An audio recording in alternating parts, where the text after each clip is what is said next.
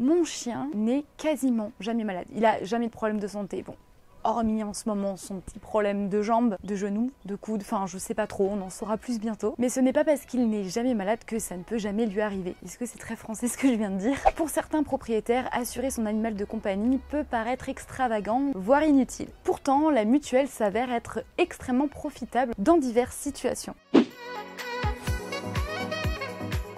Même si votre animal est résistant et qu'il ne tombe jamais malade, il aura quand même besoin d'un minimum de suivi. Il vous arrivera probablement de l'amener de temps en temps chez le vétérinaire, que ce soit pour refaire des vaccins, des détartrages, toutes ces petites choses qu'on fait pour le maintenir en bonne santé, si je puis dire. C'est à ce moment-là que la mutuelle a son rôle à jouer, vu qu'elle prend en charge les frais, les consultations, les vaccinations, etc.